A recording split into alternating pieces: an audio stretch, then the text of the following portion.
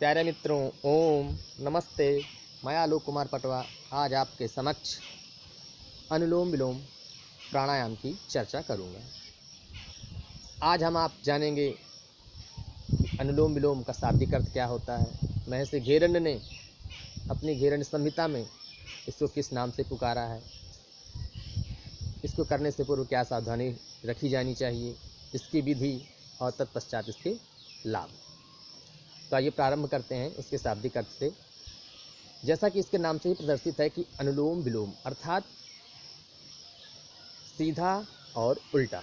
अनुलोम का अर्थ होता है सीधा और विलोम का अर्थ होता है उल्टा। इस प्राणायाम में हम आप बाईं नासिका से प्रारंभ करते हैं और बाईं नासिका पर ही इसको समाप्त भी करते हैं। तो ये हो गया हमारा शाब्दिक अर्थ। अब हम जानेंगे महर्षि घेरण्य ने अपने घेरण्य संहिता में इसे किस नाम से पुकारा है। तो महर्षि घेरण्य ने घेरण्य संहिता में इसे वात क्रम कपाल भाति के नाम से संबोधित किया है, जो कि एक क्रिया है। इस प्रकार हम देखते हैं कि अनुलोम विलोम प्राणायाम आधुनिक युग में तो ये प्राणायाम है, लेकिन यदि प्राचीन संदर्भ में बात करें तो एक सटक्रिया ही है। ये विशेष बात ध्यान देने योग्य है। ये हो गया कि महर्षि घेरण्य ने अपने ग्रंथ में किस नाम से इसको पुकारा है। अब हम आप जानते हैं इसको करने से पूर्व क्या सावधानी रखी जानी चाहिए। तो अनुलोम विलोम प्राणायाम में किसी विशेष सावधानी की आवश्यकता नहीं पड़ती, इसको प्रत्येक व्यक्ति कर सकता है। आइए अब हम जानते हैं इसकी विधि, इसको कैसे करें।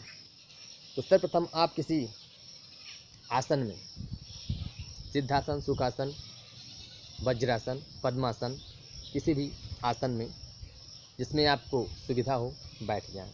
और बैठने की स्थिति ये होनी चाहिए कि आपकी कमर, स्पाइन अर्थात मेरुदंड, नेक अर्थात गर्दन और हेड अर्थात सिर बिल्कुल सीधा होना चाहिए। और इंडेक्स फिंगर तथा मिडिल फिंगर को आप अंगुष्ठ के अर्थात थंब के रूट अर्थात प्रारंभ बिंदु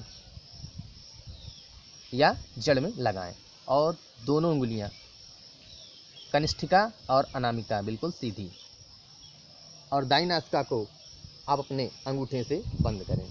कमर गर्दन बिल्कुल सीधी, नेत्र बंद, और धीरे धीरे सहज भाव से श्वासों को बाईं नासिका से अंदर भरते हैं। कैसे?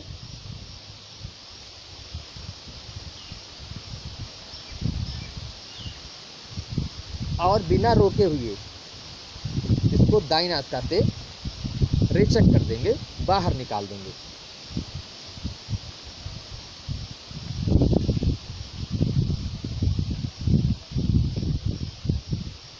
अब पुनः दाईं नासिका से सांसों को भरेंगे और बाईं से बाहर निकालेंगे।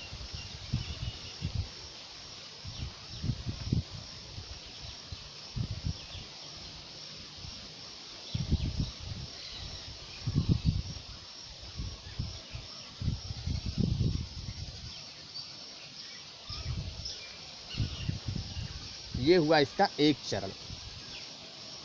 बाईं से लेकर दाईं से निकालना और दाईं से निकल बाईं से निकालना। एक बार इसको पुनः करते हैं।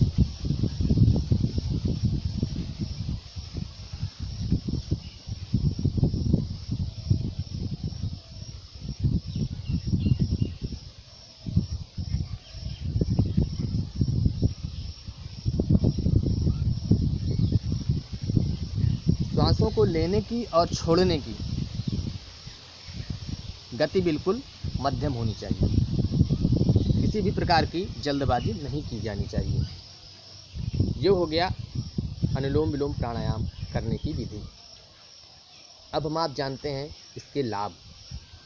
तो अनुलोम विलोम प्राणायाम करने से हमारे शरीर के त्रिदोष अर्थात वात, पित्त और कफ शांत होते हैं, बिल्कुल साम्यावस्था में आ जाते हैं। और इस प्राणायाम को करने से हमारे लेफ्ट और राइट दोनों मस्तिष्क बिल्कुल सक्रिय हो जाते हैं, एक्टिव हो जाते हैं, क्रियाशील हो जाते हैं। इस प्राणायाम को करने से हमारे मस्तिष्क में किसी प्रकार का तनाव या चिंता नहीं रहती। और यह प्राणायाम उन लोगों के लिए अत्यंत ही लाभदायक है जिनकी स्मरण शक्ति कमज़ोर हो गई है। इस प्राणायाम को करने से हमारे आपके शरीर में ऊर्जा का संचार होता है। यह प्राणायाम हमारे आपके शरीर को शीतलता प्रदान करने वाला होता है। पूरे नस नाड़ियों को ब्लड की सप्लाई, ऑक्सीजन की सप्लाई सुचारू रूप से करने में मदद करता है और मानसिक एकाग्रता को बढ़ाने वाला यह प्राणायाम होता है। तथा जिन लोगों को हाई बीपी की समस्या हो उसमें यह प्राणायाम अत्यंत ही लाभदायक प्राणायाम है। तो इस प्रकार हम आपने जाना कि अनुलोम विलोम प्राणायाम के क्या लाभ हैं। तो इस प्रकार हम आपने अनुलोम विलोम प्राणायाम के शाब्दिक अर्थ और हिरण्य संहिता में इसको किस नाम से संबोधित किया गया है ये जाना, इसकी विधि जानी, सावधानी जानी और लाभ। ये वीडियो आप लोगों को अच्छा लगा हो तो आप अपने मित्रों में, व्हाट्सएप ग्रुप में या फेसबुक पर शेयर कर सकते हैं। धन्यवाद। नमस्कार। ओम नमस्ते।